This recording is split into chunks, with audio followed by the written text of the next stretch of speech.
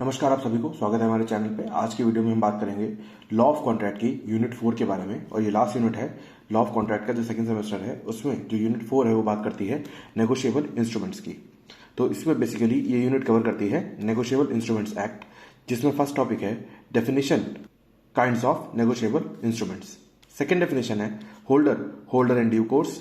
And third definition है material alterations and crossing of cheques. And last topic आपका आता है डिसऑनर ऑफ नेगोशिएबल इंस्ट्रूमेंट्स। तो अगर मैं बाइफिकेशन ऑफ मार्क्स की बात करूं तो ये जो फर्स्ट टॉपिक है इसको अगर मैं बताऊं तो ये आपका 5 मार्क्स के लिए इंपॉर्टेंट है। इसमें जनरली कुछ डेफिनेशंस हैं, जैसे definition of cheques, definition of bill of exchange, promissory notes. तो ये सारी डेफिनेशंस इसमें कवर होती हैं। तो ये जनरली पर डेफिनेशन 5 मार्क्स के लिए इंपॉर्टेंट हो सकता है। देन अदर टॉपिक आपका जो होल्डर इन ड्यू कोर्स, ये भी जनरली 5 मार्क्स में ही पूछा जाता है। एंड ये जो ऑल्टरेशन इन नेगोशिएबल इंस्ट्रूमेंट्स है, इसमें क्या है, ये बेसिकली 12.5 के लिए इंपॉर्टेंट है, क्योंकि इसमें किस different type of crossing of cheques होता है। ये चेक को किस तरीके से क्रॉस किया जाता है, अकाउंट पे चेक, विड्रॉल चेक, कई सारे टाइप के चेक्स होते हैं। एंड देन लास्ट टॉपिक आपका जो है डिसऑनर ऑफ चेक, ये बहुत इंपॉर्टेंट टॉपिक है और ये आपका 12.5 के लिए 100% इंपॉर्टेंट है, इतना मान लीजिए। चलिए तो स्टार्ट करते हैं हमारा first topic, definition and kinds of negotiable instruments. तो सबसे पहले अगर हम देखें तो a negotiable instrument is a written document. हमारे देश में जो करेंसी चलती है वो बेसिकली इंडियन करेंसी होती है और वो इंडियन करेंसी रुपीस की है। मतलब अगर आप किसी को पेमेंट देना चाहते हैं तो आपके पास बेसिकली आज की डेट में 3 ऑप्शन है। फर्स्ट ऑप्शन आपके पास ये है कि आप उसको कैश दे दीजिए और बात खत्म हो जाती है। सेकंड ऑप्शन आपके पास ये है कि आप उसको कोई भी नेगोशिएबल इंस्ट्रूमेंट जैसे cheque, promissory note, bill of exchange, किसी भी तरह से पेमेंट कर सकते हैं।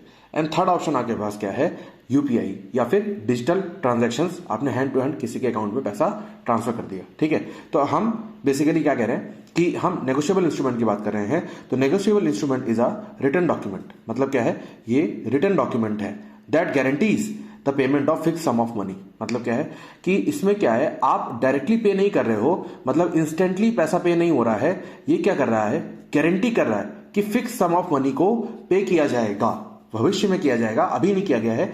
उस नेगोशिएबल इंस्ट्रूमेंट को हैंडओवर कर दिया गया है और उस नेगोशिएबल इंस्ट्रूमेंट के थ्रू आप भविष्य में पैसे ले सकते हैं या फिर दिए, आपको जिसने आपको नेगोशिएबल इंस्ट्रूमेंट दिया है वो आपको पैसे देगा, इधर on demand or at a future date. या तो आप जब डिमांड करोगे, जिसके पास नेगोशिएबल इंस्ट्रूमेंट है या जिसको इशू किया गया है वो जब डिमांड करेगा, या फिर कोई फ्यूचर डेट, जो भी डेट डिसाइडेड होगी उस पर। It is freely transferable from one person to another. मतलब क्या है, एक पर्सन से दूसरे पर्सन के पास ट्रांसफर किया जा सकता है freely without any transaction charges.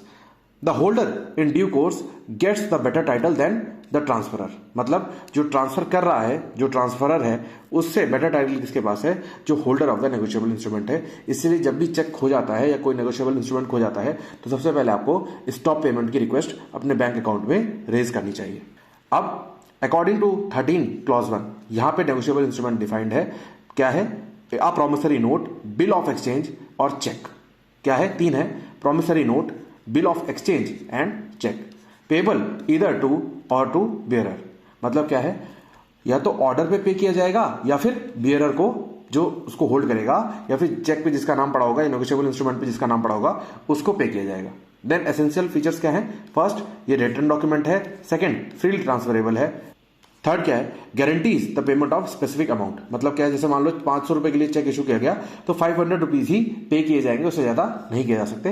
Then the holder in due course gets a good title. मतलब जिसके पास वो चेक या फिर नेगोशिएबल इंस्ट्रूमेंट का पोजेशन होता है उसके पास अच्छा टाइटल माना जाता है कि वो उसी नेगोशिएबल इंस्ट्रूमेंट का ऑब्वियस सी बात है मालिक होगा।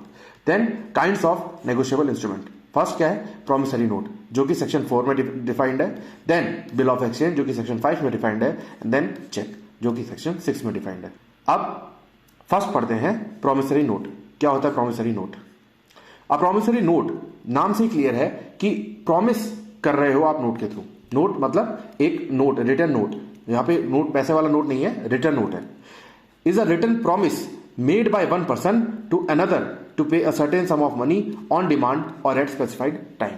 मतलब क्या है, या तो जब वो मांगेगा या फिर जब वो वक्त आ जाएगा जब उसने प्रॉमिस कर रखा है कि वो पे करेगा। ठीक है, अब क्या है definition under section 4, a promissory note is an instrument in writing not being a bank note और अ करेंसी नोट। मतलब जो करेंसी नोट होती है जैसे 500 रुपए में, जिसमें लिखा होता है मैं धारक को 500 रुपए अदा करने की का वचन देता हूं, ऐसे करके, वो नहीं होता promissory note.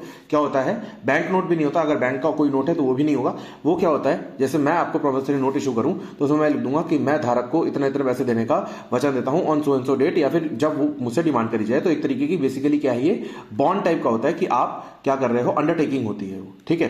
Containing an unconditional undertaking signed by a maker to pay a certain sum of money only to or to the order of a person or to the bearer of the instrument. मतलब क्या है, 3 है इसमें। First क्या है कि मैंने मान लो ए ने प्रॉमिस किया बी को, तो 3 कंडीशंस हैं। फर्स्ट कंडीशन क्या होगी कि वो बी को पेमेंट करेगा। सेकंड क्या है कि बी ने अगर मान लो सी को एंटाइटल कर दिया तो वो सी को पेमेंट करेगा, ऑर्डर ऑफ मतलब बी का ऑर्डर पे सी को पेमेंट करेगा। एंड देन थर्ड क्या है, बियरर ऑफ द इंस्ट्रूमेंट। अगर मान लो ये इंस्ट्रूमेंट चला जाए ई के पास, तो अगर मैंने ये इस तरीके का इंस्ट्रूमेंट बनाया है कि जो भी एग्रीमेंट, जो भी इस इंस्ट्रूमेंट के पोजीशन में होगा उसको मिल जाएगा। अगर ई के पास पोजीशन आ गया तो ऑब्वियस सी बात है, अगर बियरर है वो और मैंने बियरर के लिए बनाया हुआ है तो क्या होगा, ई को पैसा मिल जाएगा। एग्जाम्पल देखेंगे, A signs a note stating I promise to pay B ₹50,000 on demand. मतलब जब बी डिमांड करेगा तो मैं ₹50,000 पे करने के लिए प्रॉमिस कर रहा हूं जब भी वो डिमांड करे, ठीक है। अब एसेंशियल फीचर्स मैं कर ही चुका हूं, रिटन डॉक्यूमेंट है, अनकंडीशनल प्रॉमिस है। यहां पे ये कंडीशन नहीं हो सकता कि at the time of marriage, तो ये कंडीशन नहीं हो सकती। मतलब क्या है, कोई भी कंडीशन इन्वॉल्व नहीं होगी, जब भी वो डिमांड करेगा मैं उसको पैसा पे करूंगा, ठीक है। कोई भी कंडीशन नहीं होगी। Signed by the maker, obvious सी बात है, बिना साइन के तो कोई ऑथेंटिसिटी हो नहीं सकती। Then payable to the specific person, मतलब स्पेसिफिक पर्सन, जहां पे बात हो रही है बी की, तो B is a specific person, ठीक है। देन द केस लॉ ये आप मेंशन करेंगे। उसके बाद नेक्स्ट है आपका बिल ऑफ एक्सचेंज।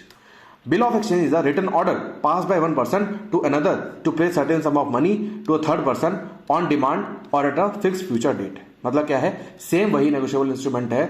क्या है, रिटर्न ऑर्डर है। मतलब क्या है, एक पर्सन अनदर पर्सन को ऑर्डर कर रहा है to pay a certain sum of money to a third person on demand, मतलब जब थर्ड पर्सन डिमांड करे या फिर at a fix future date. Example, A ने ऑर्डर किया बी को कि वो सी को पे करे ₹10,000, सपोज दैट ₹10,000 पे करे ऑन डिमांड ऑफ सी। और क्या होगा, अगर सी डिमांड नहीं करे तो मान लो अगर डेट फिक्स कर दी ऑन 9th of April 25, ठीक है। तो अगर डेट फिक्स कर दी तो डेट पे, अदरवाइज अगर डिमांड करेगा तो डिमांड पे। अब देख लो जो सेक्शन 5 में लिखा हुआ है, अ bill of exchange is an instrument in writing containing an unconditional order. Same है, यहां पे है कि कंडीशन कोई भी अटैच नहीं होगी। अगर आप नेगोशिएबल इंस्ट्रूमेंट को समझना चाहते हो तो इतनी सी बात समझ लो कि एक रिटर्न डॉक्यूमेंट जो कि भविष्य में आपको पैसे देने के लिए प्रॉमिस कर रहा है without any condition. Signed by the maker, signing होना जरूरी है क्योंकि रिटर्न है तो ऑब्वियस सी बात है, साइन नहीं होगा तो ऑथेंटिक कैसे पता करेंगे। Directing a person to pay certain sum of money only to or to the order of a certain person or to the bearer of the instrument. Same वही है, बट बिल ऑफ एक्सचेंज में क्या है, आपने एक person को order किया जो कि वो पर्सन, जिस पर्सन को आपने ऑर्डर किया वो किसी थर्ड पर्सन को पेमेंट करेगा। और प्रॉमिसरी नोट में क्या है, आपने डायरेक्टली उस थर्ड पर्सन जिसको पेमेंट करना है उसको प्रॉमिस कर रखा है कि आप उसको पेमेंट करेंगे। एग्जांपल देख लो, ए राइट्स टू बी टू पे 1 लाख रुपीज टू सी और order with in 30 days, this is a bill of exchange, ठीक है। अब एसेंशियल फीचर क्या है, एन ऑर्डर टू पे नॉट अ प्रॉमिस। मतलब क्या है, ये भविष्य का प्रॉमिस नहीं है, इंस्टेंट ऑर्डर है कि मैंने अभी ऑर्डर किया तो अभी पे करो, ठीक है। Then 3 parties involve, drawer, the person who writes the bill, मतलब जिसने बिल लिखा वो क्या होगा, ड्रॉअर होगा। Then second, drawee, the person who is directed to pay, जिसको डायरेक्ट किया गया पे करने के लिए वो क्या होगा, ड्रॉई होगा। एंड थर्ड क्या होगा, पेई, a person who will receive the payment, मतलब जिसको पे किया जाएगा वो रिसीव करेगा पेमेंट, ठीक है। अब जो हमने एग्जांपल पढ़ा था इसमें ए पर्सन क्या है, a person is the drawer जो बिल बना रहा है। बी क्योंकि उसको ऑर्डर किया जा रहा है, राइट्स टू बी मतलब बी को कमांड दे रहा है तो बी क्या हुआ, ड्रॉई हुआ।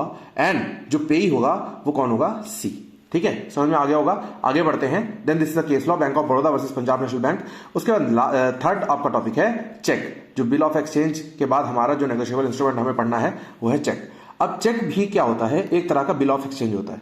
अ cheque is a bill of exchange drawn on a bank payable on demand. मतलब क्या है, बिल ऑफ एक्सचेंज और चेक में सिर्फ इतना सा डिफरेंस है कि बिल ऑफ एक्सचेंज आप किसी एक पर्सन को ऑर्डर कर सकते हो। जैसे मान लो मैंने आपसे लोन ले रखा है, सपोज 1 लाख रुपीज का लोन लिया हुआ है, तो आप मुझे डायरेक्ट कर सकते हो कि आप मुझे रीपे करने के बजाय आप इस पर्सन को ऑन सो डेट पे कर देना, ठीक है। तो ये हो गया बिल ऑफ एक्सचेंज। अब अगर यही बिल ऑफ एक्सचेंज आप बैंक वाले को ऑर्डर दो कि आपका जहां पे भी बैंक अकाउंट बना हुआ है, तो वहां पे अगर आप ऑर्डर दो उसको कि आप इस पर्सन को सो पेमेंट कर दीजिए, तो क्या होगा, जो चेक होगा वो चेक बोला जाएगा, क्योंकि चेक के थ्रू ही आप बैंक को ऑर्डर देते हो। उसमें भी ये लिखा होता है ना, पेई का नाम पड़ा होता है या फिर अकाउंट नंबर पड़ा होता है, देन डेट पड़ी होती है, देन अमाउंट पड़ा होता है, तो वो क्या होता है, बिल ऑफ एक्सचेंज होता है, जिसमें आप बैंक वाले को ऑर्डर दे रहे हो। तो यहाँ पे ड्रॉवर आप होते हो, ड्रॉई बैंक होता है, एंड पेई कौन होता है, जिसको चेक मिलता है, मतलब जिसकी अमाउंट क्लियर होती है।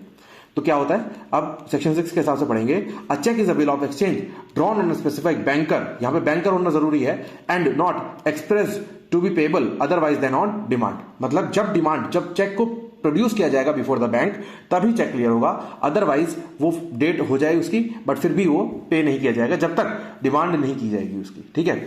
A writes a cheque instructing SBI to pay ₹10,000 to be, ठीक है।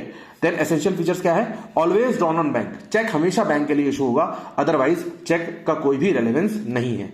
पेबल ऑन डिमांड, जब चेक को बैंक में ब्रांच में ले जाएंगे तभी पे किया जाएगा, और साइंड बाय द ड्रॉवर होगा, जो ड्रॉ करेगा उस चेक को वो साइन करेगा उस पर, जो अकाउंट होल्डर होगा जो ट्रांजैक्शन के लिए कह रहा होगा वो साइन करेगा, अदरवाइज कोई भी उस चेक की वैलिडिटी नहीं होती। First is bearer cheque payable to the person holding the cheque, मतलब बियरर मतलब जिसने चेक का पोजीशन है, जिसके पास, उसको पेमेंट मिलेगी, वो अगर बैंक में जाके प्रोड्यूस कर देगा, डिमांड कर देगा, तो उसका चेक क्लियर कर दिया जाएगा। Then order cheque payable to a specific person whose name is mentioned, cheque में जैसे टू अकाउंट होल्डर का नाम मेंशन कर देते हैं, तो जिस अकाउंट होल्डर का नाम मेंशन होगा उसको पे किया जाएगा। Cross cheque can not be cash directly but must be deposited into bank account. Cross करने का मतलब क्या होता है कि अगर कोई ऐसा चेक है जो कि क्रॉस नहीं है, तो आप उस चेक को कैश करा सकते हो, मतलब हार्ड कैश में आप पैसा ले सकते हो, बट अगर चेक क्रॉस्ड है तो आपको वो पैसा मिलेगा, बट आपके अकाउंट में ही मिलेगा, अदरवाइज वो पैसा आपको नहीं मिल सकता। पोस्ट डेटेड चेक, मतलब डेट जहां पे फ्यूचर की पड़ी हो, जो डेट अभी आई नहीं है, तो वो क्या होगा, पोस्ट डेटेड चेक होगा। Then this is the case law. उसके बाद other negotiable instruments under custom and usage. आप लोगों को ये बात ध्यान रखनी है लॉ स्टूडेंट होने के नाते कि हमारे इंडियन लॉ का जो मेन सोर्स है वो कस्टम और यूजेज है, मतलब जो हमारे कस्टम्स में रहा है हम उसको लॉ बना देते हैं, ठीक है। बट इसमें नेगोशिएबल इंस्ट्रूमेंट्स जो हमारा है वो टेक्निकली क्या है, वो हमने रिकॉग्नाइज 3 इंस्ट्रूमेंट्स बना रखे हैं, बट कुछ अदर नेगोशिएबल इंस्ट्रूमेंट्स भी होते हैं जिनको हम कस्टम या यूजेज के थ्रू मानते हैं, जैसे डिमांड ड्राफ्ट। मतलब डिमांड ड्राफ्ट कब इशू होता है, जब बैंक में आप जाके ऑलरेडी अपने अकाउंट से उतना पैसा डिडक्ट करा देते हैं, तो आपका एक शॉर्ट डिमांड ड्राफ्ट तैयार हो जाता है, उसकी कुछ फीस भी लगती है, बट डिमांड ड्राफ्ट से ये होता है जिस सामने वाले पर्सन को आप देने वाले हो डिमांड ड्राफ्ट, वो श्योर हो जाता है कि आपका वो पैसा जाएगा नहीं, वो पैसा आपको मिलेगा ही मिलेगा, ठीक है।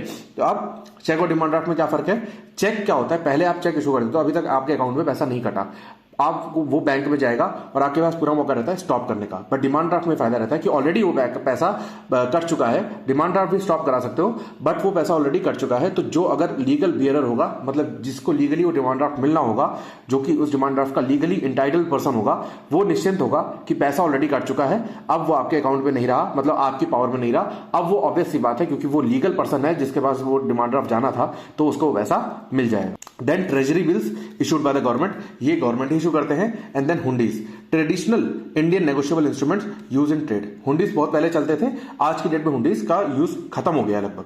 Then Fazal versus Amin Chand, this is the case. And then next है difference between promissory note, bill of exchange and cheque, ठीक है। अब ये टेबल है, ये मैं ऑलरेडी क्लियर आपको कर चुका हूं, देन आप ये मेंशन कर लेंगे। उसके बाद ये आपका सारी टेबल है, इसमें आपके पॉइंट्स क्लियर हैं। Then this is the conclusion, और इस कंक्लूजन के बाद हम मूव करेंगे नेक्स्ट टॉपिक पे, जो कि हमारा है holder in due course under the negotiable instruments act 1881। अब 2 चीजें समझनी है, होल्डर और होल्डर इन ड्यू कोर्स, ठीक है। फर्स्ट इज होल्डर, सेक्शन 8 में होल्डर है, holder in due course section 9 में, ठीक है। अब डेफिनेशन ऑफ होल्डर करेंगे सेक्शन 8 सबसे पहले। According to section 8 of the negotiable instrument act, the holder of negotiable instrument means any person entitled in his own name to the possession thereof and to receive or recover the amount due thereon from the parties thereto। मतलब क्या है, जैसे मान लो एक person ने check बनाया x के नाम पे, अब जो एक्स होगा उसके हाथ में भी चेक है और वो क्या है, उसका नाम भी चेक में मेंशन्ड है, तो क्या हो गया, holder of the negotiable instrument. क्या साफ साफ लिखा हुआ है कि एंटाइटल्ड इन हिज ओन नेम, मतलब क्या है, जो नेगोशिएबल इंस्ट्रूमेंट है उसके नाम पे है, प्लस पोजेशन किसके पास है, जिसके नाम पे नेगोशिएबल इंस्ट्रूमेंट उसी के पास पोजेशन है, और किस चीज के लिए एंटाइटल्ड है, टू रिसीव और द रिकवर द अमाउंट, मतलब क्या है, या तो रिसीव करने के लिए या तो रिकवर करने के लिए एंटाइटल्ड है। तो तीन कंडीशन हो गई। पहली कंडीशन क्या है, पोजेशन, दूसरी कंडीशन क्या है, उसके नाम पे है वो नेगोशिएबल इंस्ट्रूमेंट, तीसरी कंडीशन क्या है कि वो एंटाइटल्ड है वो मनी रिसीव करने के लिए या फिर वो अमाउंट रिकवर करने के लिए। अब एसेंशियल फीचर्स देखना है। The person must be in possession of the instrument, मतलब क्या है, पोजेशन इंपॉर्टेंट है, then must be legally entitled to receive the payment, and third is person में sue in his own name to recover the amount. अब receive और recover में यही फर्क है कि रिसीव मतलब अगर जो नेगोशिएबल इंस्ट्रूमेंट इशू हुआ वो क्लियर हो गया, चेक अगर क्लियर हो गया तो क्या हुआ, आपने अमाउंट रिसीव कर लिया। बट अगर चेक क्लियर नहीं हुआ तो आपको क्या करना पड़ेगा, केस करना पड़ेगा।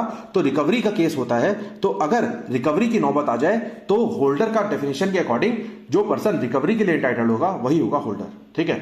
अब a cheque is issued by X in favour of Y, Y has possession and is legally entitled to receive payment. Here Y is the holder. Obvious सी बात है, Y के नाम पे चेक इशू हुआ, Y के हाथ में वो चेक है, और Y क्या है, लीगली इंटाइटल्ड है, क्योंकि Y के नाम पे चेक इशू हुआ है तो Y क्या है, लीगली इंटाइटल्ड है उस पेमेंट को होल्ड करने के लिए या उस पेमेंट को रिसीव करने के लिए। ठीक है, तो क्या हो गया, Y जो होगा वो क्या होगा, होल्डर होगा। अब होल्डर के राइट्स क्या है, can endorse the instrument to another person, मतलब होल्डर क्या कर सकता है, इंडोर्समेंट करके किसी और को वो ट्रांसफर कर सकता है। Then demand payment from the drawer और द मेकर, मतलब जिसके हाथ में चेक है, वाई के हाथ में इशू हुआ, वाई के नाम पे चेक इशू हुआ, अब वाई क्या कर सकता है, जो ड्रावर या मेकर है जिसने वो चेक बनाया है उससे डिमांड कर सकता है कि भाई इस नेगोशिएबल इंस्ट्रूमेंट को क्लियर किया जाए, वक्त आ गया है इसको यूज करने का या भुनाने का। Then can sue if the instrument is dishonoured, मतलब क्या है, वही रिकवरी वाली बात कि अगर रिसीव नहीं किया तो रिकवरी करनी पड़ेगी, ऑब्वियस सी बात है। और रिकवरी का राइट, अगर राइट टू स्यू है, मतलब आप रिकवरी का राइट है आपके पास और आप केस कर सकते हो अपने नाम पे उस पेमेंट के लिए, तो आप क्या हो जाओगे, होल्डर हो जाओगे। Then definition of holder in due course, section number 9। Holder in due course means any person who for consideration became the possessor of negotiable instrument before its maturity without having sufficient cause to believe that any defect existed in the title of the person from whom he derived his title। मतलब क्या है, एक check issue होता है, X एक check issue करता है Y को, Y को कुछ पेमेंट देनी थी Z को। अब Y ने क्या करा, उस चेक को इंडोर्स किया, इंडोर्स करने के बाद मैच्योरिटी से पहले वो चेक दे दिया Z को। सपोज पोस्ट डेटेड चेक था तो वो चेक दे दिया Z को। अब जब वो चेक Z के पास चला गया तो क्या है, वो बिफोर इट्स मैच्योरिटी है, plus the possession is transferred to Z। अब मान लो Y को लोन लेना था Z से, तो Y ने वो चेक उसको एज अ गारंटी दे दिया कि अगर मान लो मेरे लोन पे आपको रिकवरी नहीं हो पाती तो आप इस चेक को यूज करके अपनी रिकवरी कर सकते हो। ठीक है। अब क्या है, without having sufficient cause to believe that any defect existed in the title of the person from who he drive the title, मतलब क्या है, अब Z को तो पता नहीं है कि जो चेक X का है जो Y के पास आया वो सही है या नहीं है, क्या Y क्या रियल में कोई भी ऐसी ट्रांजैक्शन का एंटाइटल था X के थ्रू, उसे नहीं पता। उसने क्या करा, उस नेगोशिएबल इंस्ट्रूमेंट को अपने पास रख लिया, तो क्या हो गया, holder in due course. Due course का मतलब क्या है, अभी जो नेगोशिएबल इंस्ट्रूमेंट का कोर्स है वो भी खत्म नहीं हुआ। कोर्स मतलब मेकर से लेके नेगोशिएबल इंस्ट्रूमेंट बनने से लेके उसका क्लियरिंग तक जो कोर्स का ड्यूरेशन है वो भी खत्म नहीं हुआ। तो ड्यू कोर्स में वो क्या बन गया, होल्डर बन गया, मतलब पकड़ के उसने पोजीशन ले लिया। इसमें क्या है, essential conditions, must have obtain the instrument for consideration, मतलब कुछ पैसा मिला होगा उसको या फिर कुछ पैसे के लिए उसने होल्ड किया होगा। जैसे अगर लोन दिया है तो लोन रिकवरी के लिए और इंटरेस्ट के लिए उसने उसको होल्ड करा। Then must have receive the instrument before its maturity, मतलब मैच्योर हो गया उसके बाद नहीं। ऑब्वियस सी बात है, अगर मैच्योर हो गया तो कोर्स तो खत्म हो गया ना, नेगोशिएबल इंस्ट्रूमेंट की जो लाइफ है वो तो खत्म हो गई। तो लाइफ के बिटवीन उसको, मतलब मैच्योरिटी से पहले उसने रिसीव कर लिया इंस्ट्रूमेंट को, पैसे को नहीं, इंस्ट्रूमेंट को। Then must have received in good faith without knowledge of any defect in title, मतलब क्या है, गुड फेथ में अगर उसे पता था कि डिफेक्ट इन टाइटल है और तब भी रिसीव कर रहा है तो वो गलत है। अगर उसे नहीं पता था कोई डिफेक्ट इन टाइटल है बट गुड फेथ में उसने उसके भरोसा करके उसने उसको एक्सेप्ट कर लिया, तो क्या होगा, वो अलाउड होगा। Example, a cheque is issued by X in favour of Y, Y endorses it to Z for value before its maturity. Z has no knowledge of any defect in the check. Z is holder in due course। ठीक है, तो example से clear हो गया और ज्यादा। Then difference क्या है ये आप देख लेंगे, ये टेबुलर फॉर्म में मेंशन किया हुआ है। उसके बाद आगे बढ़ते हैं जो कि हमारा ये भी कंटिन्यूड है, उसी के डिफरेंसेस का पार्ट ही कंटिन्यूड है। देन उसके बाद privileges of a holder in due course, मतलब जो होल्डर इन ड्यू कोर्स वाला पर्सन है उसके पास क्या स्पेशल प्रिविलेजेस हैं, क्या स्पेशल राइट्स हैं। ठीक है, first, free from defects in title. अगर मान लो कोई भी इंस्ट्रूमेंट किसी भी तरीके से ऑब्टेन हुआ हो but holder in due course जो होगा उसके पास वैलिड माना जाएगा, बिकॉज उसको नहीं पता है कि वो चेक या वो जो नेगोशिएबल इंस्ट्रूमेंट था वो किस तरीके से उसको देने वाले पर्सन के पास आया। ठीक है, if the instrument was obtain by fraud, यहां पे मान लो एक्स ने वाई को इशू किया, देन वाई ने जेड को इशू किया। अब जेड क्या है, होल्डर इन ड्यू कोर्स है, एंड देन जेड को क्या मिलेगा, स्पेशल राइट्स मिलेंगे। तो अगर मान लो वाई ने ये चेक को फ्रॉड, कोरिजन और इलीगल मीन्स से ऑब्टेन किया था, वाई ने इस चेक को फ्रॉड, कोरिजन और इलीगल मीन्स से ऑब्टेन किया था, बट जेड को कोई फर्क नहीं पड़ता, जेड को कोई फर्क नहीं पड़ता, वो क्या होगा, होल्डर इन ड्यू कोर्स होगा और वो लीगल होगा, अलाउड होगा। Example, X steals a cheque from A and endorses it to B, who takes it for value without knowledge of the theft. B, holder in due course can still claim come payment from the bank. वो payment फिर भी ले सकता है क्योंकि उसे तो नहीं पता ऐसा कुछ, बट हाँ अगर उसे पता है, उसके कोई मैलिफाइड इंटेंशन है या इल विल है, अगर उसका मंशा खराब है तो उस केस में जरूर उसकी लायबिलिटी बनेगी। Then every prior party is liable, मतलब जो भी होल्डर इन ड्यू कोर्स से पहले वाली पार्टीज है वो लायबल होगी। Every person who signs the instrument before holder in due course is legally bound to pay. ठीक है, मान लो इसी वाले केस में a bill of exchange is transferred through multiple endorsement. If it reaches an holder in due course, all endorsers before him remain liable for the payment. मान लो X से Y पे गया, Y से Z पे गया, and Z से A पे गया, A से B पे गया, एंड B से C पे गया। तो C क्या होगा, होल्डर इन ड्यू कोर्स। ठीक है, अब मान लो C क्या है, होल्डर इन ड्यू कोर्स है, तो C के लिए लायबल कौन कौन होगा, अगर जो C को पेमेंट नहीं मिलेगी तो कौन कौन लायबल होगा, B, A, Z, Y and X, ये सारे लायबल होंगे। देन उसके बाद क्या है, नो इफेक्ट ऑफ फॉर्जरी, मतलब क्या है, if a prior endorsement was forged the holder in due course rights remains unaffected except, यहां पे एक्सेप्शन जरूर ध्यान देना है, except in the cases of forged drawer signature. मान लो इसका मैं एक्सेप्शन को पहले समझाता हूं, अगर एक्स का एक चेक था जो कि वाई को मिल गया, एक्स ने भी साइन नहीं किया, वाई को मिल गया, अब वाई ने क्या करा, एक्स के साइन उसमें कर दिए फॉर्जरी से, एंड देन जेड को एंडोर्स कर दिया वो चेक, मतलब जेड को ट्रांसफर कर दिया, तो जेड क्या बन गया, होल्डर इन ड्यू कोर्स। अगर होल्डर इन ड्यू कोर्स बन गया तो ऑब्वियस सी बात है ये सिग्नेचर तो फ्रॉड है, तो यहां पे क्या माना जाएगा कि अगर सिग्नेचर वाली फॉर्जरी हुई है, मतलब सिग्नेचर गलत है, डुप्लीकेट सिग्नेचर्स हैं, तो जेड क्या बनेगा, होल्डर इन ड्यू कोर्स नहीं माना जाएगा जेड को, और उसकी कोई भी लायबिलिटी नहीं होगी। एग्जाम्पल पढ़े, x forges by signature on a check and endorses it to Z, who takes it in good faith, उसने good faith में लिया, उसे पता नहीं था, and Z is not a holder in due course because a forged signature does not transfer any title. Holder in due course के पास भी title चला जाता है, मगर फॉर्ज सिग्नेचर से कोई भी टाइटल ट्रांसफर नहीं हो सकता, मतलब उस चेक का मालिकाना हक तब तक ट्रांसफर नहीं हो सकता जब तक वो उसका मालिक उसको साइन ना करे। ठीक है, तो इसलिए क्या होगा, वो होल्डर इन ड्यू कोर्स नहीं बनेगा। बट अगर साइन के अलावा कोई और फ्रॉड हुआ है, तो जैसे अमाउंट का कुछ गलत मेंशन किया था, अमाउंट मान लीजिए 10 लाख रुपीस की अमाउंट थी, उसे 1 करोड़ कर दिया, तो क्या होगा, वो फॉर्जरी, वो भी फॉर्जरी है। बट उस केस में एक्स का जो चेक था जो वाई को मिला और वो जो जेड को चला गया, वो चेक क्या होगा, जेड क्या होगा, होल्डर इन ड्यू कोर्स होगा, और उसके जो राइट्स होंगे वहां पे अनअफेक्टेड होंगे, मतलब वो उस चेक को क्लेम कर सकता है। जो चेक है उसके सिग्नेचर फ्रॉड है, अगर फॉर्जरी से हुए हैं, तो जेड क्या होगा, Z holder in due course नहीं होगा। Right to sue all the parties, मतलब क्या है, जितने भी प्रायर पार्टीज थी जिन्होंने एंडोर्समेंट किया है, अगर चेक क्लियर नहीं हुआ तो जेड या फिर होल्डर इन ड्यू कोर्स के पास राइट है कि वो सभी पार्टीज को स्यू कर सकता है फॉर नॉन पेमेंट।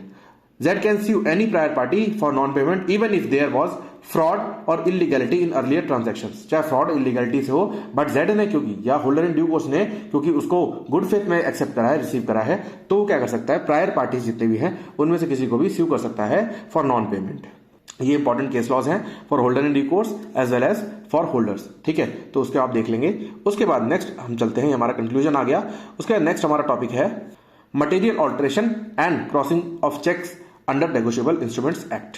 ठीक है, अब a cheque is a type of negotiable instrument governed by the Negotiable Instrument Act. There are legal restrictions on making changes to a check. Similarly, crossing a check ensures additional security in payments. ठीक है, अब क्या है, पहला material alterations section 87, 88 and 89 and then crossing of checks section 123 से लेके 131 तक। ठीक है। अब मटेरियल ऑल्ट्रेशन समझते हैं पहले कितनी टाइप की होती है। First, changing the amount. आप लिख रहे थे, आपको अमाउंट दे दी थी 50,000 रुपए, बट लिख दिया 10,000 रुपए, तो 10,000 रुपए को आप चेंज करके 50,000 करते हो, तो ये क्या है, मटेरियल ऑल्ट्रेशन। और इससे क्या होता है, अगर मटेरियल ऑल्ट्रेशन है तो वो डॉक्यूमेंट को इनवैलिडेट मतलब निरस्त, एक तरीके से समझ लो निरस्त, या फिर इनवैलिडेट मतलब उसको रद्दी बना सकती है। एक चेक जो कि बहुत वैल्यू रखता है उसको रद्दी के भाव कर सकती है अगर मटेरियल ऑल्ट्रेशन करा है। मटेरियल मतलब समथिंग दैट इज मटेरियल या फिर समथिंग दैट इज इंपॉर्टेंट। तो अगर आपने 10,000 को काट दिया एंड देन 50,000 लिख दिया, तो ये क्या है, मटेरियल ऑल्ट्रेशन है, और इससे चेक क्या होगा, इनवैलिड हो जाएगा। देन चेंजिंग द पेई नेम, जिसको मिलना है उसको उसका नाम बदल दिया, राहुल से रोहित कर दिया, ठीक है। देन चेंजिंग द डेट, जो डेट मेंशन थी उसको चेंज करके बढ़ा दिया। Then changing the place of payment, अगर मान लो कोई और मटेरियल ऑल्ट्रेशन था चेक में, वो वन बैंक से दूसरे बैंक में शिफ्ट कर दिया। मान लो किसी का केनरा बैंक का वसंत विहार का अकाउंट था, उसको आपने शिफ्ट करके वसंत कुंज कर दिया, ठीक है, तो क्या होगा, alteration of the place of payment हो गया। देन ऑल्ट्रेशन ऑफ क्रॉसिंग, अगर क्रॉसिंग है तो क्रॉसिंग रिमूव कर दी ताकि वो चेक कैश में हो जाए, तो क्या होगा, मटेरियल ऑल्ट्रेशन माना जाएगा और वो चेक हो जाएगा इनवैलिड, ठीक है। देन नेक्स्ट, इसमें क्या है, ये वाली कंसिडरेशंस हैं, ये वाली चेंजेस जो हैं वो मटेरियल नहीं माने जाते, मतलब बहुत इंपॉर्टेंट नहीं माने जाते। जैसे correction by the drawer, the issuer of the cheque correcting minor errors and signing it again, तो क्या होगा, वो अलाउड होगा। जैसे मान लो यहां पे लिखना था पे में लिखना था x, अब उसने लिख दिया y, ठीक है। तो अब इसको क्रॉस करने का एक तरीका है, इसको इंसर्कल करके ऐसे क्रॉस कर देगा एंड देन यहां पे अपने साइन कर दिए, तो क्या बन जाएगा, ये वैलिड बन जाएगा। और इसमें आपको यहां पे नाम लिख देना है उसका x, जो सही नाम है, ठीक है, तो बन जाएगा वैलिड। उसके बाद नेक्स्ट है आपका फिलिंग इन द ब्लैंक्स, मतलब जो ब्लैंक्स खाली हैं उसको कौन भर सकता है। तो अगर ब्लैंक चेक दे दिया गया है, ब्लैंक इंस्ट्रूमेंट दे दिया गया है, तो उस केस में जो होल्डर है जिसको दिया गया है वो नेसेसरी डिटेल्स जैसे पेई का नाम, अमाउंट वगैरह भर सकता है, उसमें कोई भी ऑल्ट्रेशन नहीं माना जाएगा और वो चेक वैलिड रहेगा। बट अगर वो वाली ऑल्ट्रेशन हुई है पहले, तो फ्रॉड वगैरह रोकने के लिए वो ऑल्ट्रेशन जो मैं मटेरियल ऑल्ट्रेशन में बताया था, जिसमें अमाउंट चेंज करना, नाम चेंज करना, प्लेस ऑफ पेमेंट चेंज करना, ये सारी चीजें बहुत ही वाइटल मानी जाती हैं और वाइटल मानने की वजह से ये चीजें अलाउड नहीं है। अगर हल्की सी भी सेंसिटिविटी इसमें पकड़ी जाती है तो वो चेक को निरस्त कर दिया जाता है, उस चेक को पास नहीं किया जा सकता। Then effect of material alteration, any material alteration of negotiable instrument renders it void against any party who did not consent to such alterations unless the alteration was made to carry out the common intention of the original parties। मतलब क्या है, अगर parties की consent से हुआ है, party बोल दे, वैसे ऐसा होता नहीं है, जनरली नया चेक इशू कराया जाता है, बट फिर भी हमारे पास लॉ का प्रोविजन है कि अगर पार्टी ऐसा कंसेंट करे तो कराया जा सकता है, बट ऐसा जनरली अलाउड नहीं होता, नए चेक ही बनाने पड़ते हैं अगर कोई भी इशू आता है तो। If an unauthorized change is made in the instrument, it becomes void for those who did not consent। जिसने कंसेंट नहीं किया उसके लिए void हो गया। If void मतलब खारिज, निरस्त। Then if alteration is made to fulfill the original intent of the parties, it remains valid। मतलब क्या है, अगर original intent of the parties के लिए ऑल्ट्रेशन किया गया है ताकि original intent of the parties maintain रहे, तो क्या होगा, वैलिड होगा। बट जनरली ऐसा नहीं होता, नया चेक ही मांगते हैं बैंक वाले। Then the material alteration must change the nature of the instrument. क्या है, अगर मटेरियल ऑल्ट्रेशन हम मान रहे हैं तो नेचर ऑफ द इंस्ट्रूमेंट को बदल देगा। अगर नेचर ऑफ द इंस्ट्रूमेंट नहीं चेंज हो रहा तो मटेरियल ऑल्ट्रेशन नहीं है। जैसे नेचर ऑफ द इंस्ट्रूमेंट कैसे चेंज होगा, अमाउंट से, डेट से, पे के नाम से, एटसेट्रा, ठीक है। उसके बाद एग्जांपल है, देन ये केस लॉ है। अब section 88 effect of alteration on liability, मतलब क्या है, अगर ऑल्ट्रेशन की है तो लाइबिलिटी पे क्या इफेक्ट आएगा वो समझते हैं। A party who consents to a material alteration remains bound by the instrument as alter. अगर मान लो एक पार्टी, मान लो एक्स ने चेक इशू किया बाई के लिए, अब मटेरियल ऑल्ट्रेशन होती है, मान लो बैंक वाले एक्स को कॉल करते हैं और एक्स यस कर देता है, तो क्या होगा, जो भी अमाउंट या जो भी चेंज हुआ था उसको उसने एग्रीड कर लिया और क्या होगा, वो ऑल्ट्रेशन से फिर वो बाउंड हो जाएगा। अगर वो ऑल्ट्रेशन फुलफिल नहीं होती तो उसके अगेंस्ट केस किया जा सकता है। अब एसेंशियल पॉइंट्स क्या है, if all party agrees to alteration the instrument remain valid if the liability of party remains intact if the change is mutually accepted. मतलब क्या है, अगर सारी पार्टीज ने ऑल्ट्रेशन के लिए एग्री कर लिया तो इंस्ट्रूमेंट क्या हो जाएगा, वैलिड हो जाएगा। अगर सारी पार्टीज ने एग्री कर लिया तो ऑब्वियस सी बात है, जो भी ऑल्ट्रेशन हुई है जो म्यूचुअली एक्सेप्टेड है उसके लिए पार्टीज लायबल होंगी। Then payment of cheque with unauthorised alteration, मतलब अनऑथराइज्ड ऑल्ट्रेशन से पेमेंट होगा या नहीं होगा। If a cheque with an unauthorised alteration is presented for payment, the bank is liable to dishonour it unless the alteration is verified by the drawer's signature. मतलब क्या है, अगर ड्रॉअर के सिग्नेचर से वो वेरीफाई नहीं किया जा सकता तो वो चेक क्या होगा, डिसऑनर हो जाएगा, मतलब वो क्लियर नहीं किया जाएगा फ्रॉम द बैंक। अगर वो वेरीफाई कर लिया गया तो क्या होगा, वो क्लियर हो जाएगा। देन एसेंशियल पॉइंट्स है, a bank must refuse payment if it detects an alteration.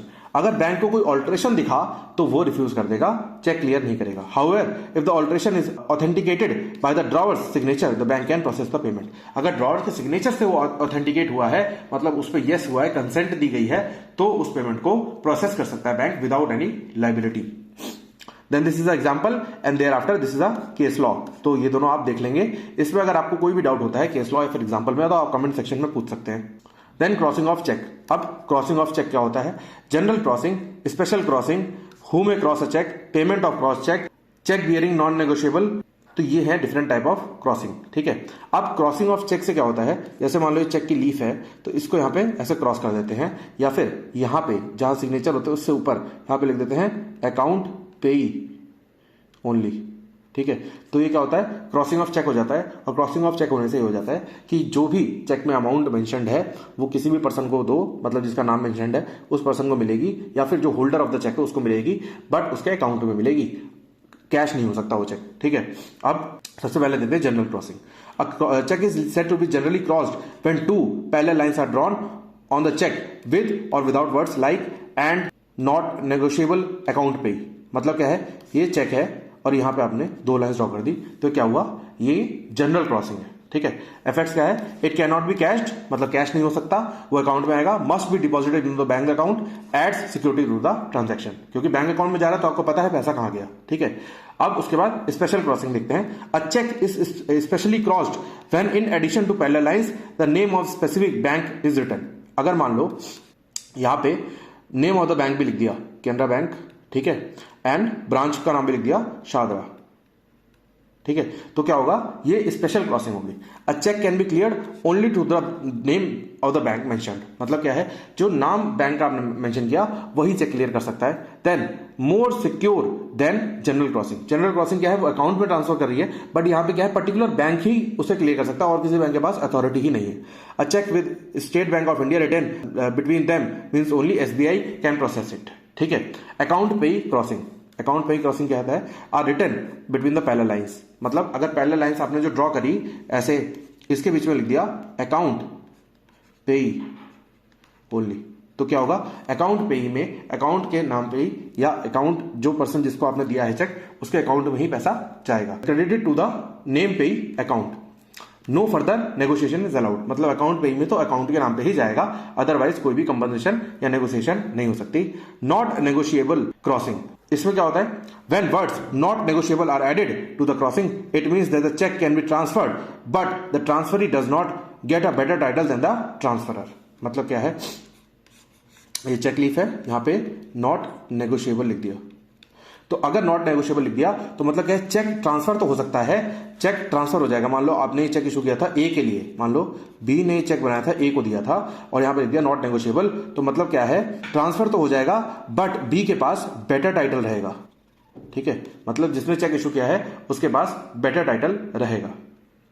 The cheque can be endorsed but receiver does not get protection as holder in due course. मतलब होल्डर इन ड्यू कोर्स वाले rights receiver के पास नहीं जाएंगे। मान लो इस check को सी को ट्रांसफर कर दे, इंडोर्स करे और सी को ट्रांसफर कर दे, तो सी क्या होगा, होल्डर इन ड्यू कोर्स नहीं बनेगा, नहीं बनेगा, ठीक है, क्योंकि उसमें क्या है, जो ट्रांसफरर है, जो मेन ट्रांसफरर कौन है, बी, उसके पास क्या है, मोर राइट्स है। और इस वाले केस, इस वाले ट्रांजैक्शन में जो ए है उसके पास मोर राइट्स है देन सी।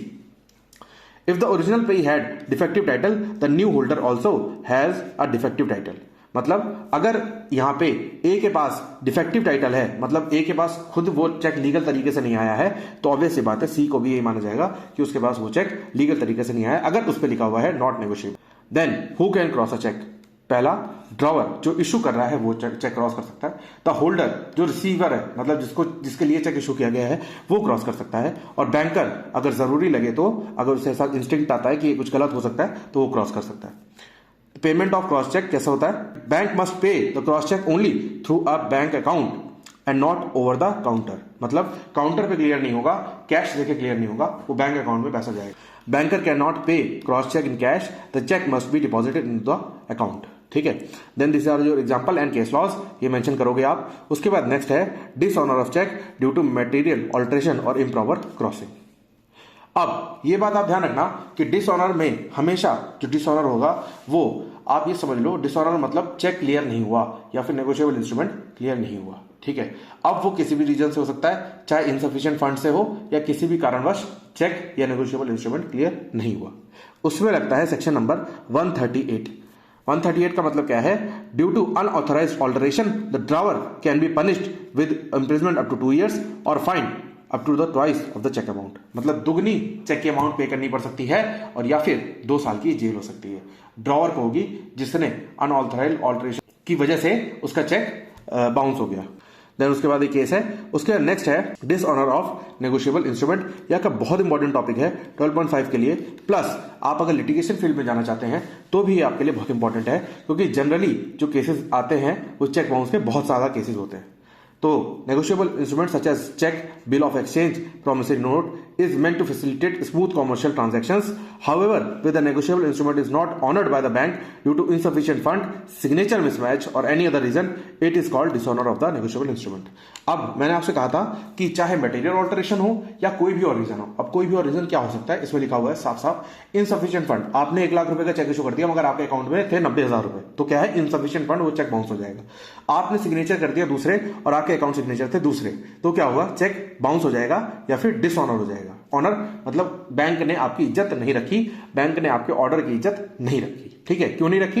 या तो इनसफिशिएंट फंड था तो कहां से होता, या फिर आपका जो साइन थे वो मिसमैच हो गए, आपने कुछ और ओरिजिनल साइन है और आपने चेक में कुछ और साइन कर दिए, या फिर कोई भी और अदर रीजन, ठीक है। जैसे चेक खराब होना, चेक में मटेरियल ऑल्टरेशन होना, तो वो क्या है, अदर रीजन में पार्ट है, तो वो क्या होगा, डिसऑनर ऑफ द चेक माना जाएगा। अगर डिसऑनर हुआ तो आपके पास सेम सेक्शन 138 के अंदर पेनाल्टी क्या है, 2 years की जेल या फिर और twice the amount of cheque. जो भी चेक आपने इशू किया या नेगोशिएबल इंस्ट्रूमेंट, उसकी ट्वाइस डबल आपको देना पड़ सकता है और बोथ, ठीक है। तो ये है आपका।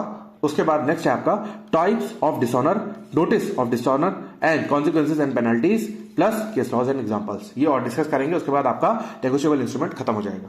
अब सबसे पहले टाइप ऑफ डिसऑनर पढ़ते हैं। Dishonour of bill of exchange और प्रॉमिसरी नोट्स, सेक्शन 91। मतलब बिल ऑफ एक्सचेंज और प्रॉमिसरी नोट को अलग कैटेगरी में रखा गया है, प्लस चेक को अलग कैटेगरी में। बिल ऑफ एक्सचेंज और promissory note is said to be dishonoured when the drawee और एक्सेप्टर रिफ्यूजेस टू एक्सेप्ट और pay it upon presentment.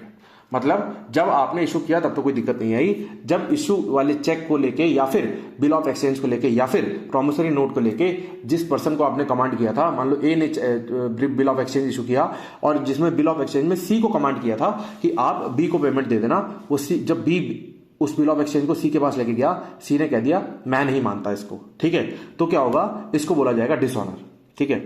Dishonour happens when acceptor और drawer refuses to make payment. मतलब जिसको order दिया गया था उसने रिफ्यूज कर दिया पेमेंट करने से।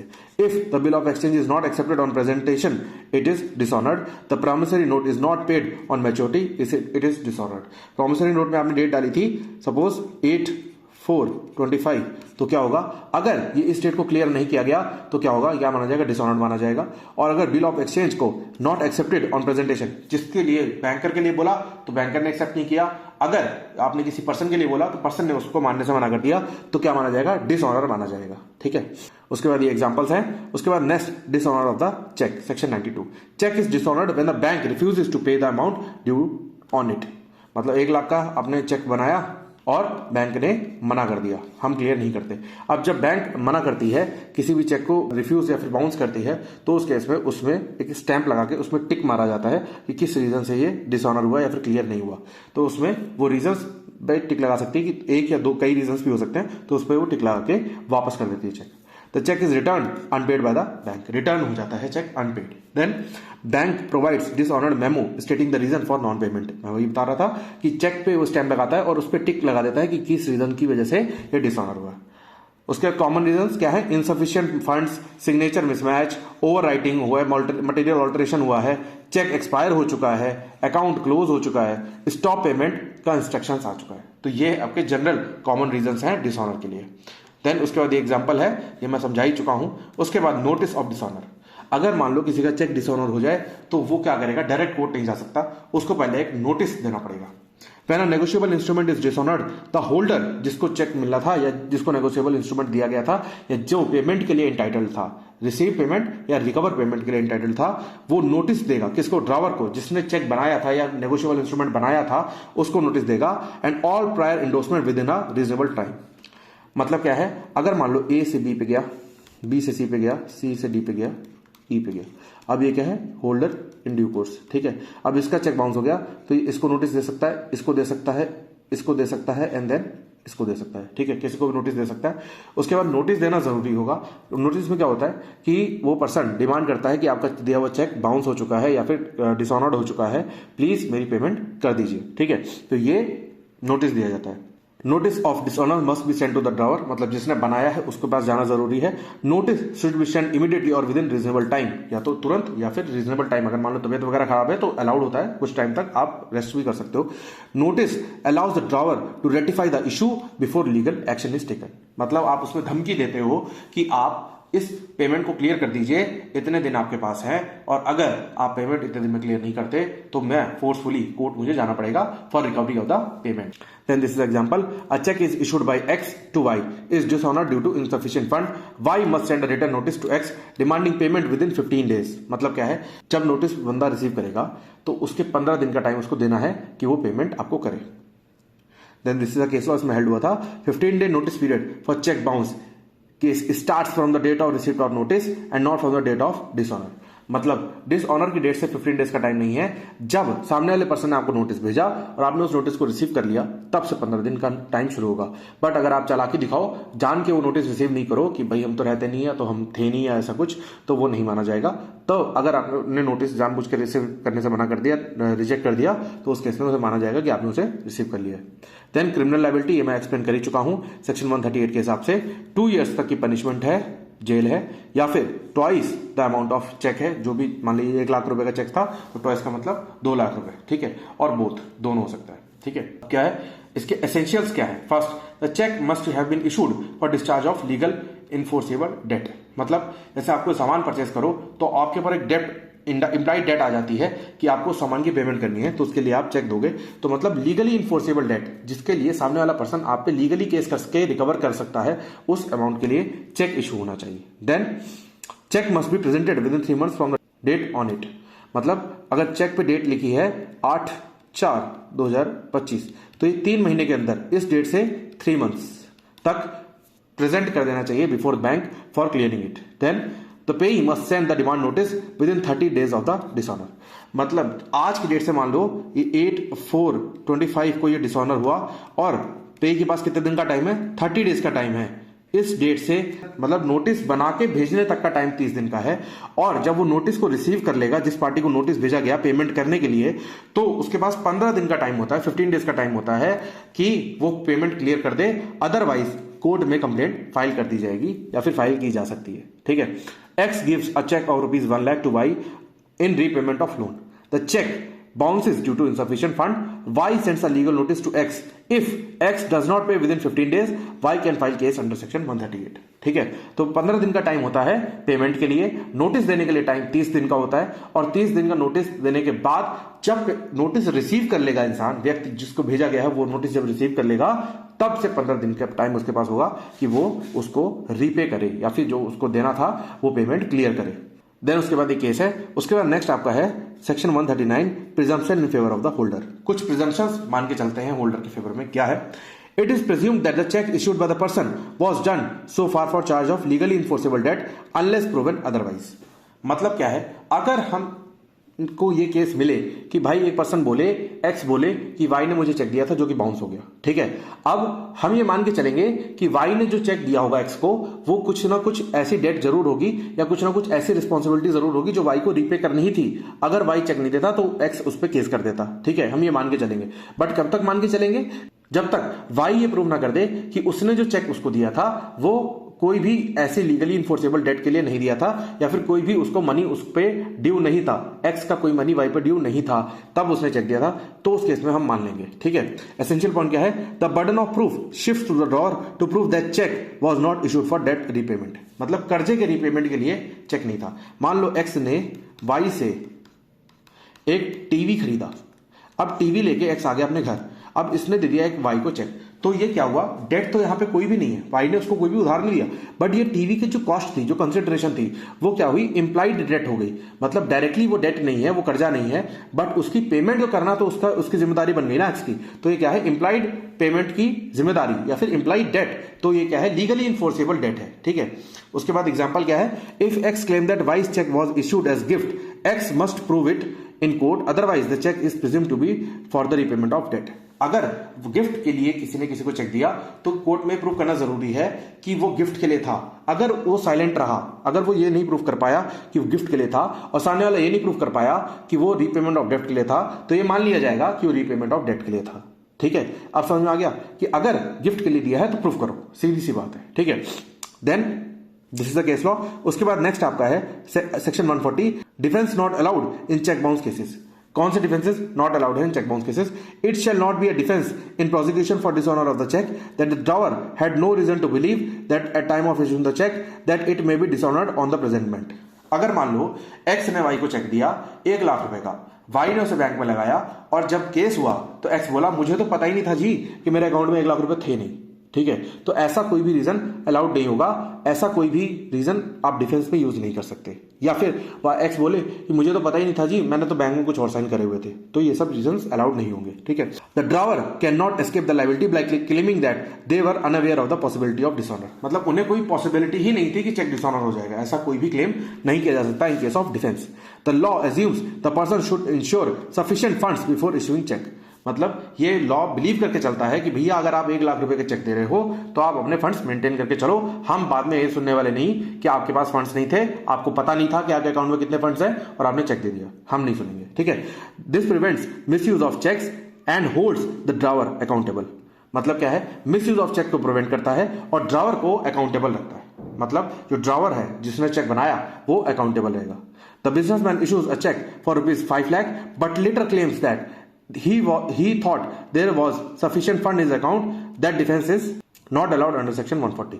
मतलब क्या? बिजनेसमैन ने एक चेक इशू किया बट उसे लगा कि उसके अकाउंट में पैसा होगा, ऐसा डिफेंस नहीं कर सकते, आप ऐसा बोल नहीं सकते, बेशक आपको जेन्युइनली लगा हो, ऐसा जेन्युइन केस हो, बट आप कोर्ट में ये चीज क्लेम नहीं कर सकते। कोर्ट ये मान के चलेगा कि अगर आप चेक दे रहे हो तो आपको पता है कि आपके अकाउंट में कितना पैसा है। देन उसके बाद सेक्शन 141 जो कि बात करता है लायबिलिटी ऑफ द कंपनीज की। ये तो अभी इंसानों की बात हुई, अब कंपनीज पे आ जाओ। If a company cheque is dishonoured its directors and officers in charge of financial affairs are also liable. मतलब जो जेल वाली बात है वो किसके लिए होगी? डायरेक्टर्स के लिए होगी। ठीक है, तो जो पर्संस ऑफिशियली इंचार्ज है उस चेक को इशू करने के लिए वो रिस्पॉन्सिबल होंगे इन अ केस ऑफ कंपनी, अगर कंपनी का चेक डिसऑनर हो जाता है तो। Example, a company, essential points क्या है? A company itself and those in charge, example managing directors can be prosecuted, उनके अगेंस्ट केस फाइल किया जाएगा डायरेक्टर्स के against. Director can escape liability if they prove that they were not involve in decision making. अगर directors ये prove कर दें कि भाई इस चेक को इशू करने के डिसीजन मेकिंग में हम इन्वॉल्व थे ही नहीं, तो बात खत्म, उनकी लायबिलिटी 0। This is example. उसके बाद ये आपका केस लॉ है। उसके नेक्स्ट आपका section number 142, cognizance of offences in cases of check bounce cases. मतलब क्या है कि चेक बाउंस का अगर केस हुआ है तो कहां जाओगे केस रजिस्टर करने। ठीक है, इतनी सी बात है। तो इसके एसेंशियल पॉइंट पढ़ते हैं। ओनली द पेई और holder in due course can file a complaint in the court. या तो बैंक, क्योंकि पेई कौन होगा? बैंक होगा, या फिर होल्डर इन ड्यू कोर्स, मतलब जो होल्डर है या फिर होल्डर इन ड्यू कोर्स, वो फाइल कर सकते हैं कंप्लेंट, और कोई फाइल नहीं कर सकता। The complaint must be in writing and submitted with in 1 month from the expiry of 15 days notice period. मान लो एक्स को नोटिस दिया गया, वाई ने दिया, वाई ने एक्स को नोटिस दिया। ठीक है, अब ये नोटिस पीरियड खत्म हुआ मान लो 8/4/2025 को। ठीक है, अब इसके पास कितने दिन का टाइम है? 30 डेज का। इस डेट से 30 डेज का टाइम है कि ये कोर्ट में जाके केस फाइल कर सकता है फॉर रिकवरी ऑफ मनी। अगर नहीं किया तो फिर से इसको नोटिस सर्व करना पड़ेगा। The case can only be tried in a metropolitan magistrate और judicial magistrate first class court. Metropolitan magistrate या फिर जुडिशियल मजिस्ट्रेट फर्स्ट क्लास जो है वही केस को ट्राई कर सकते हैं। यही चीज लिखी हुई है, no court shall take cognizance of an offence under section 138 except upon a complaint made in writing by the payee or the holder in due course of the cheque. Such complaint must be filed within 1 month from the date of on which the cause of action arises, and court inferior to metropolitan magistrate or judicial magistrate first class shall try the offence under this act। मतलब क्या है, ये आपकी essential jurisdictional points हैं जो कि cognizance लेते वक्त ध्यान रखे जाएंगे। मतलब संज्ञान लेते वक्त जब भी कोर्ट संज्ञान लेगा तो इन पॉइंट्स को ध्यान रखेगा कि केस किसने फाइल करा है, कौन फाइल कर सकता है, पेई या फिर होल्डर इन ड्यू कोर्स। उसके बाद कब फाइल करना है, मैक्सिमम 1 month के अंदर, जब नोटिस पीरियड खत्म हो गया उसके 1 month के अंदर केस फाइल हो जाना चाहिए। और कौन ट्राई करेगा, मेट्रोपॉलिटन मजिस्ट्रेट या फिर जुडिशियल मजिस्ट्रेट फर्स्ट क्लास। उसके बाद एग्जांपल है ये आप पढ़ लेंगे। उसके बाद ये आपका केस लॉ है, and then legal remedies for the payee. क्या है, फर्स्ट क्रिमिनल कंप्लेंट, सेक्शन 138 में क्रिमिनल कंप्लेंट फाइल कर सकता है, सिविल सूट भी फाइल कर सकता है रिकवरी के लिए, उसको हम बोलते हैं समरी प्रोसीजर। ऑर्डर नंबर 37 में है समरी प्रोसीजर, उसमें नेगोशिएबल इंस्ट्रूमेंट का कोई भी रोल नहीं है। देन ऑल्टरनेट डिस्प्यूट रेजोल्यूशन से मीडिएशन और आर्बिट्रेशन कर सकता है अगर दूसरी पार्टी एग्री करे तो। Then this is your conclusion. इसी के साथ हमारी यूनिट 4 भी हो गई खत्म लॉ ऑफ कॉन्ट्रैक्ट की। थोड़ी सी लंबी चलेगी वीडियो, बट आपको एक्सप्लेन करने के लिए जरूरी थी क्योंकि आपकी रियल लाइफ के लिए बहुत इंपॉर्टेंट एस्पेक्ट होने वाला है। मुझे उम्मीद है आपको समझ में आ गया होगा। मिलते हैं जल्दी अगली किसी सब्जेक्ट में। Thank you for watching and stay tuned for further updates.